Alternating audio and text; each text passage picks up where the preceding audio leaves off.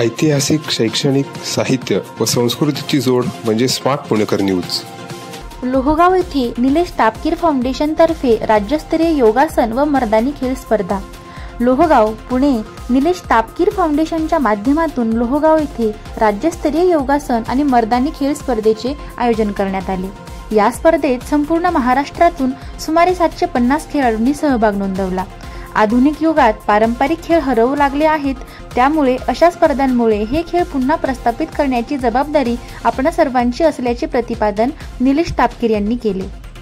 कार्यक्रमास आमदार जगदीश मुळीक, ॲडव्होकेट रणजित सांगळे, उद्योजक वेद प्रकाश शर्मा प्रमुख पाहुणे म्हणून उपस्थित होते। तसेच संतोष खांदवे, हनुमंत खांदवे, विश्व हिंदू परिषद, थानाराम चौधरी, राष्ट्रीय स्वयंसेवक संघ, पंकज काळे आणि सैन्य दलातील आजी माजी अधिकारी उपस्थित होते। यावेळी मालेगाव बॉम्बस्फोट प्रकरणी साध्वी प्रज्ञा सिंग यांना निर्दोष मुक्तता मिळवून दिल्याबद्दल ॲडव्होकेट रणजित सांगळे यांचा हिंदुत्ववादी संघटनांकडून सत्कार करण्यात आला।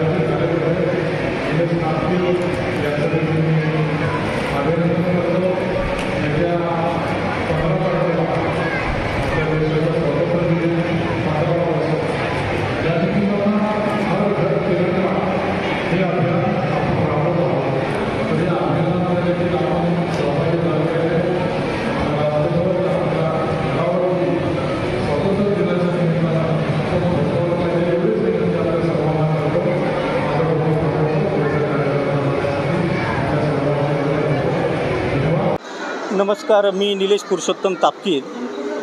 आज दिनांक 10 ऑगस्ट या दिवशी माझ्या फाउंडेशनच्या तर्फे मर्दानी खेळ तसेच योग स्पर्धा आयोजित केली होती।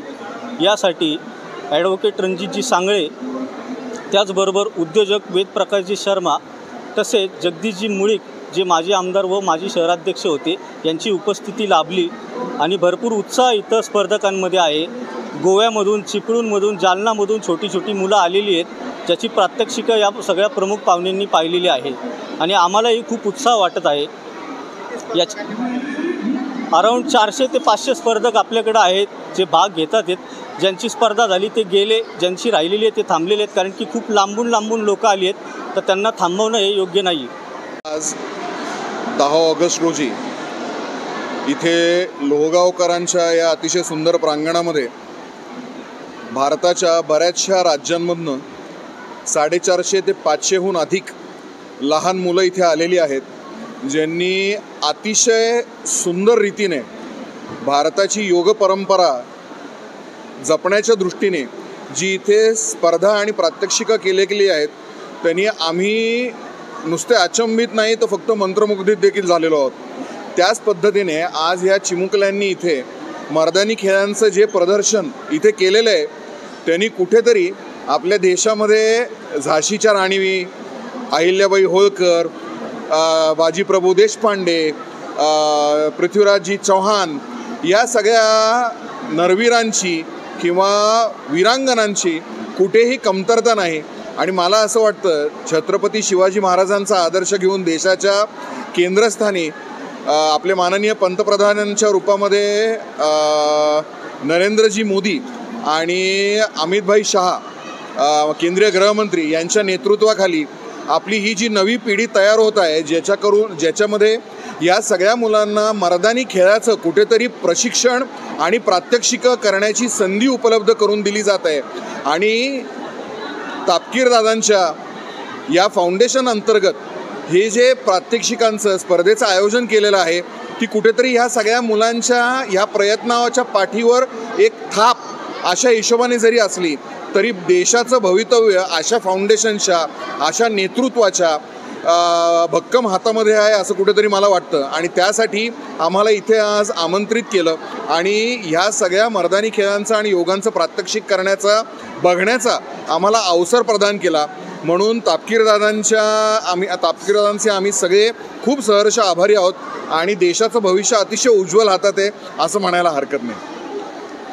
आज आयोजित केलेलं निलेश फाउंडेशनतर्फे मर्दानी खेळाचं जे प्रात्यक्षिक आहे, त्याच्यामध्ये भारतातनं सगळीकडनं जे काही विद्यार्थी आलेत, अतिशय डोळे पाणावले अशा पद्धतीचं एवढं सुंदर प्रदर्शन मुलांनी सगळ्यांनी केलं. तर ह्या खेळाच्या माध्यमाला दिल्लीमध्ये ही प्रदर्शन याचं भरवण्यात यावं, त्याच्यासाठी माझ्याकडे जे काही सहकार्य होईल तर माननीय पंतप्रधान मोदी साहेबांकडे निवेदन देऊ या खेळाला प्रोत्साहित करण्यासाठी पुढं भारतभर. कारण जी नवीन पिढी ज्यांच्या हातामध्ये देशाचं भवितव्य आहे, एवढ्या उत्स्फूर्तपणे हे सगळं प्रात्यक्षिक त्यांनी सादर केलं, तर त्याचा दिल्लीद्वारे आपण एक चांगला प्रदर्शनाचा आणि प्रात्यक्षिकांचा कार्यक्रम आयोजित करू आणि महाराष्ट्राचा जो मान आहे आपल्या पूर्ण देशामध्ये, त्याचं खरंच की महाराजांनी त्या काळामध्ये कशा पद्धतीने ह्या सगळ्या रणनीती आखल्या होत्या, ज्याचे मोठे मोठे युद्ध जिंकले होते, तर त्याचं आपण कुठंतरी सार करायला हवं आहे असं मला वाटतं.